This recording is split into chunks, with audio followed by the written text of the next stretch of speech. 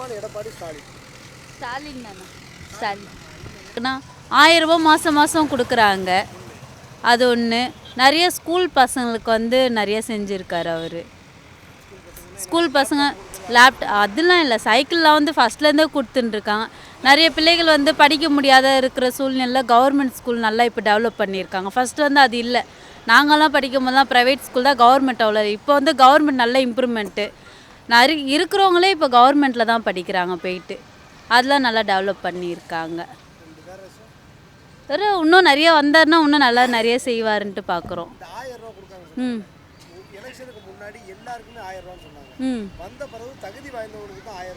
அப்படிலாம் இல்லைண்ணா, நிறைய பேருக்கு வருது. ஆனால் வந்து நிறைய பேர் சொல்ல மாட்டாங்க. அது ஒரு ஃபிஸ்டல் ப்ராப்ளமாக பார்க்குறாங்க.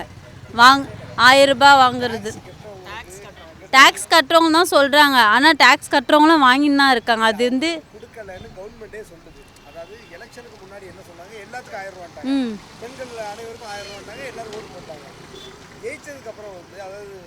ஜெயிச்சு வந்து ஆனால் எங்களுக்கெல்லாம் வருது. சரின்ல அது சொன்னது கொடுக்கணும். ஆனால் வந்து அவங்களும் சொல்கிறாங்களே, ஏன்னா அதில் வந்து நிறைய அதிகமாக சேல்ரி வாங்குறவங்க இருக்காங்க, கம்மி சேல்ரி வாங்குறவங்கள பிரித்து கொடுக்குறாங்க. ஓட்டு போடுறதுக்கு முன்னாடி புரியுது. ஆமாம், அது அவங்க முடிவெடுத்திருக்கணும். அவங்க ஸ்டார்டிங்லேயே சொல்லியிருக்கலாம், இது வந்து இவங்களுக்கு தான் கொடுக்கணும், இது இவங்களுக்கு தான் கொடுக்கணுன்ட்டு. அந்த ஒரு மிஸ்டேக் வந்து அவங்ககிட்டயும் இருக்குது. அதுக்கப்புறம் பார்க்குறீங்க, எல்லாருமே போராடுறாங்க. டீச்சர்ஸ் போராடுறாங்க, டாக்டர்ஸ் போராடுறாங்க, செவிலியர் போராடுறாங்க. எல்லாருமே போராட வேண்டிய ஒரு நிலைமையிலே திமுக வச்சுருக்கு. எப்படி பார்க்குறீங்க? அது வந்து நம்ம ஸ்டாலின்கிட்ட தான் கேட்கணும். அது கேட்கணும். ஆமாம், நிறைய பேர் போராடிதாங்க. இப்போ கார்பரேஷன்லாம் பார்த்தீங்கன்னா அவங்களாம் ரொம்ப இன்னும் கஷ்டப்பட்டு தான் இருக்காங்க. ஏன்னா நிறைய நம்ம கார்பரேஷனுக்காரங்கிட்ட போயிட்டு வீடியோலாம் கேட்டோன்னா அவங்க சொல்கிற வேலை வந்து நம்மளாம் இறங்கி போய் செய்யணும் ரொம்ப கஷ்டம்னா கார்பரேஷனில் இருக்கவங்க தான் அவங்க செய்கிற வேலை. ஏன்னா எதுக்காக சொல்கிறேன்னா, நான் செஞ்சுருக்கேன். கொரோனா டைமில் வந்து ஆள் இல்லாத ஒரு சூழ்நிலையில் கேட்டாங்க. நான் போயிட்டு கொரோனா டைமில் 3 வருஷம் கார்பரேஷனில் வேலை செஞ்சுருக்கேன். அந்த வேலை வந்து ரொம்ப கஷ்டம். அவங்களுக்குலாம் வந்து கொஞ்சம் ஸ்டாலின் இன்னும் நல்லபடியாக செய்யலாம். அவங்களுக்கு கொஞ்சம் வேலை வந்து கொஞ்சம் ஈஸியாக, அவங்க சாப்பிட்ற டைமு கொஞ்சம் ஒதுக்குனா இன்னும் நல்லாயிருக்கு. ஏன்னா அந்த வேலை செஞ்சு அவங்களால சாப்பிடவே முடியாது. ரொம்ப கஷ்டப்படுறது யாருன்னா கார்பரேஷனில் வேலை செய்கிறவங்க மட்டும்தான் ரொம்ப கஷ்டப்படுறாங்க. அவங்க வந்து போராடுறாங்க. ஸ்டாலின் இந்த வாட்டி ஜெயிச்சாருன்னா கொஞ்சம் அவங்களுக்கு நல்ல செய்வார்னு பார்க்குறோம். அது ஸ்டாலின். ஆமாம், கொரோனா டைம்லலாம் கார்பரேஷன் ஆளுங்களுக்குலாம் எதுவுமே செய்யலை. இன்னொன்னா சேல்ரி மட்டும்தான் உயர்த்தினாங்காண்டி வேலை டைம் ரொம்ப அதிகம். நாங்கள் நைட்டு 12 மணி வரையிலாம் வேலை செஞ்சுருக்கோம். கார்பரேஷனில் இருந்து வீட்டுக்கே போகாமல் ரோட்லலாம் படுத்துலாம் வேலை செஞ்சுருக்கோம். அப்போ கூட வந்து ஸ்டாலின் வந்து யாருக்கும் எதுவும் பண்ணல. இதுக்கப்புறமா ஜெயிச்சு எதுனா பண்ணுவார்னு எல்லாருமே எதிர்பார்த்து தான் இருக்கும்.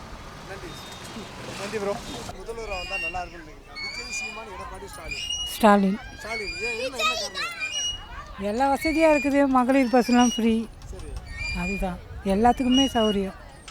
போன வருஷம் நமக்கு பொங்கல் பரிசு கொடுக்காம இந்த மட்டும் பொங்கல் பரிசு கொடுத்துருக்காங்களே, என்ன காரணம்னு நினைக்கிறீங்க? காரணம்லாம் ஒன்றும் இல்லை, கொடுக்கணும்னு நினச்சாங்க கொடுக்குறாங்க ஏழைங்களுக்கு. அது எல்லாமே செய்யுது தானே.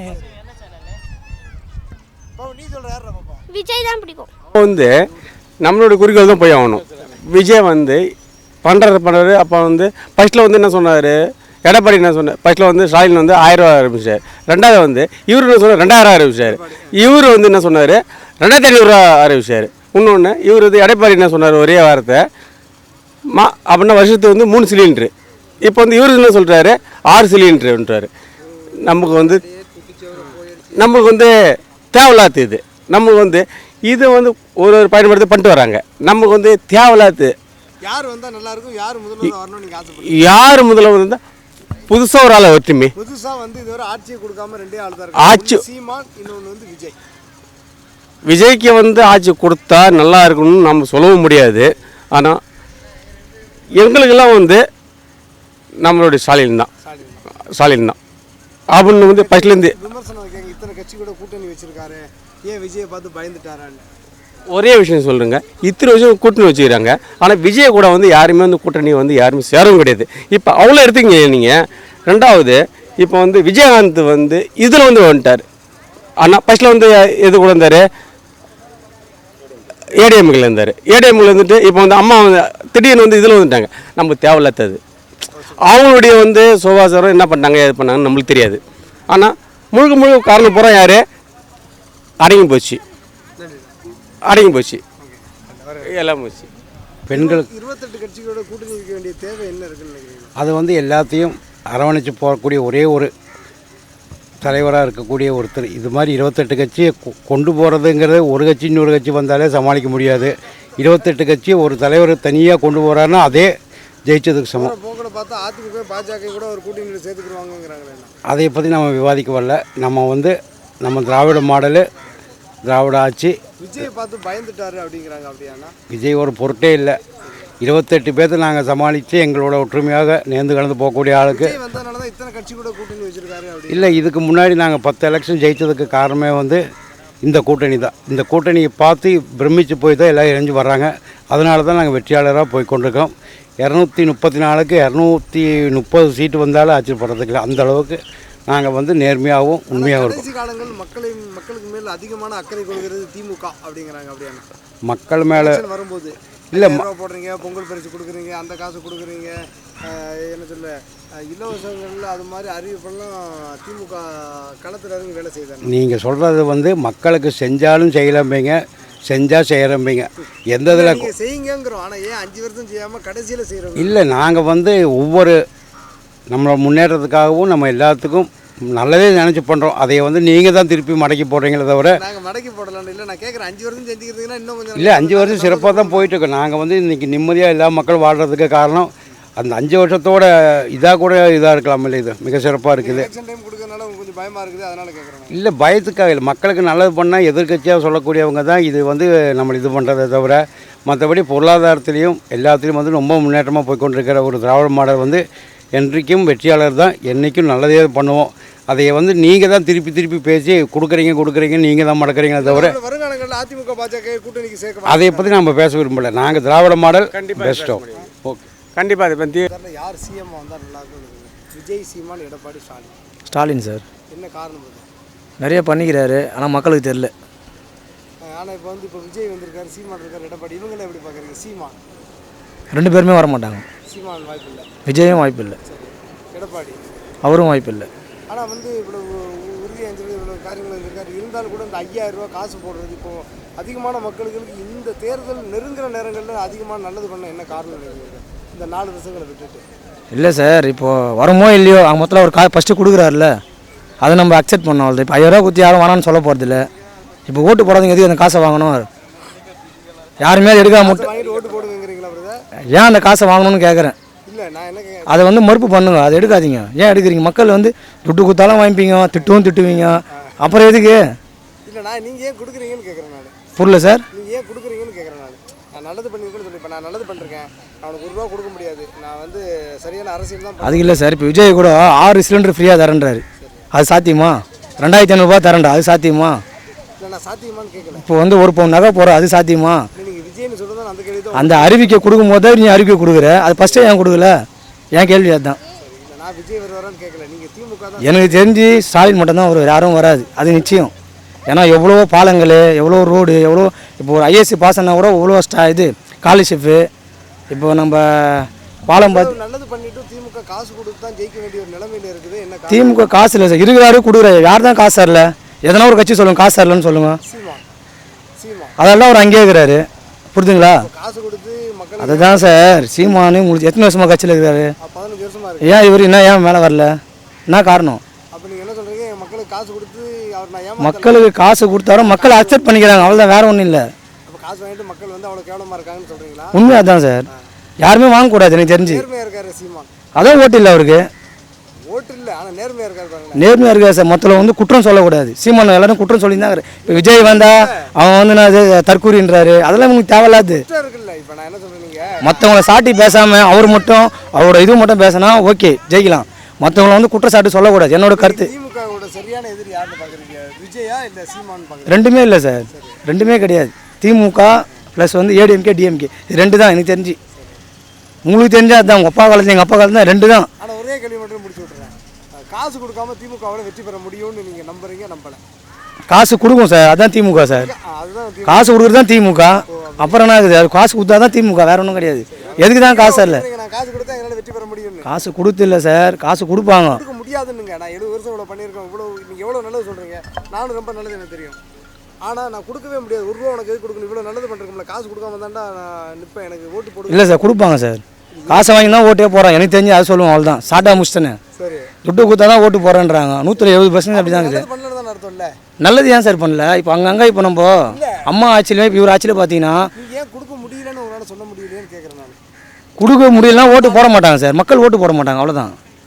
ரெண்டே ஆப்ஷன் தான், கொடுத்தா தான் ஓட்டு போடுவாங்க, கொடுக்கலாம் ஓட்டு போட மாட்டாங்க, அவ்வளோதான். அதுக்காக தான் கொடுக்குறீங்க. அவ்வளோதான். என்ன சார் 28 கட்சிகளோட ஏன் இப்போ நீங்கள் நல்லா பாருங்கள், அடுத்த ஆட்சி வந்து ஸ்டாலின் தான் வருவார், 100% நான் சொல்கிறேன். 28 கட்சிகளோட இப்போ கூட்டணி வச்சிருக்காரு. என்ன கூட்டணி கட்சினா இப்போ எல்லாமே வந்து ரசிகர் அது பலம் அதிகமாக இருக்குது விஜய் சாருக்கு. அதே மாதிரி சீமான் அண்ணனுக்கும் அவளுக்கும் இருக்குது. இப்போ இதெல்லாம் நம்ம பண்ணால் தான் ஓரளவுக்கு ஆச்சு நம்ம டப்பு கொடுக்க முடியும், அவ்வளோதான். எது ஜெயிக்கும் கடைசியில்? பணம் ஒன்று தான். இப்போ மக்களை பார்த்தீங்கன்னா பணம் தான், வேறு ஒன்றும் இல்லை. பணம் யார் கொடுக்குறாங்களோ அவள் தான். 100 கோடி 200 கோடி கொடுத்தா நான் கூட ஆகிடுவேன், அவள் தான் முடிஞ்சு போயிடுச்சு. யதார்த்தமான ஒன்று வச்சிருக்கு. பட்டு எங்களுக்கு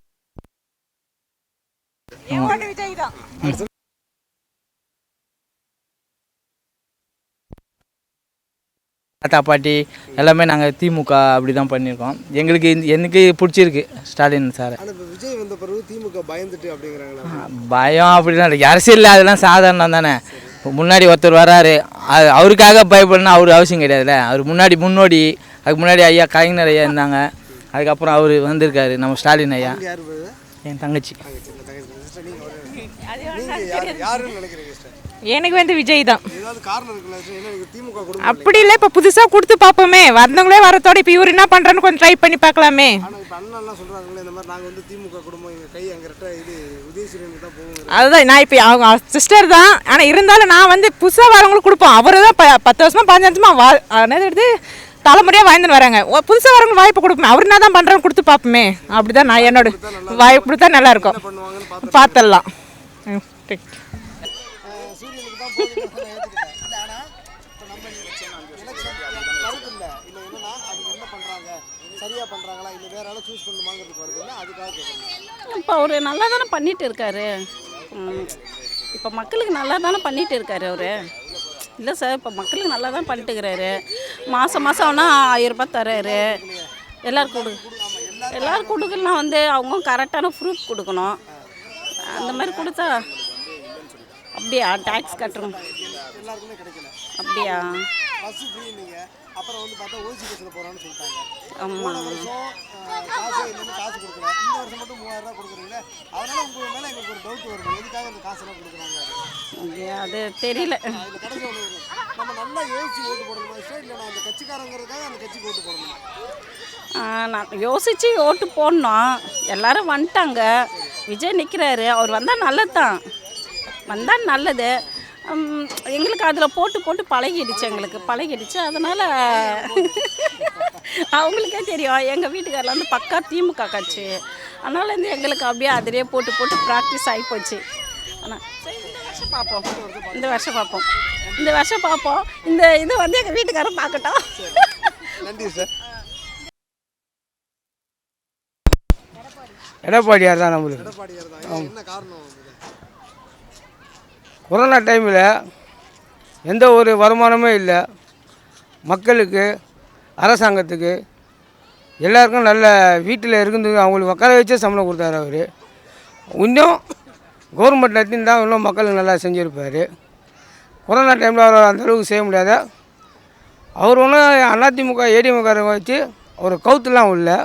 அவங்க கூட இந்த டிடிவி தினகரனால் தான் அவர் தோத்தார்.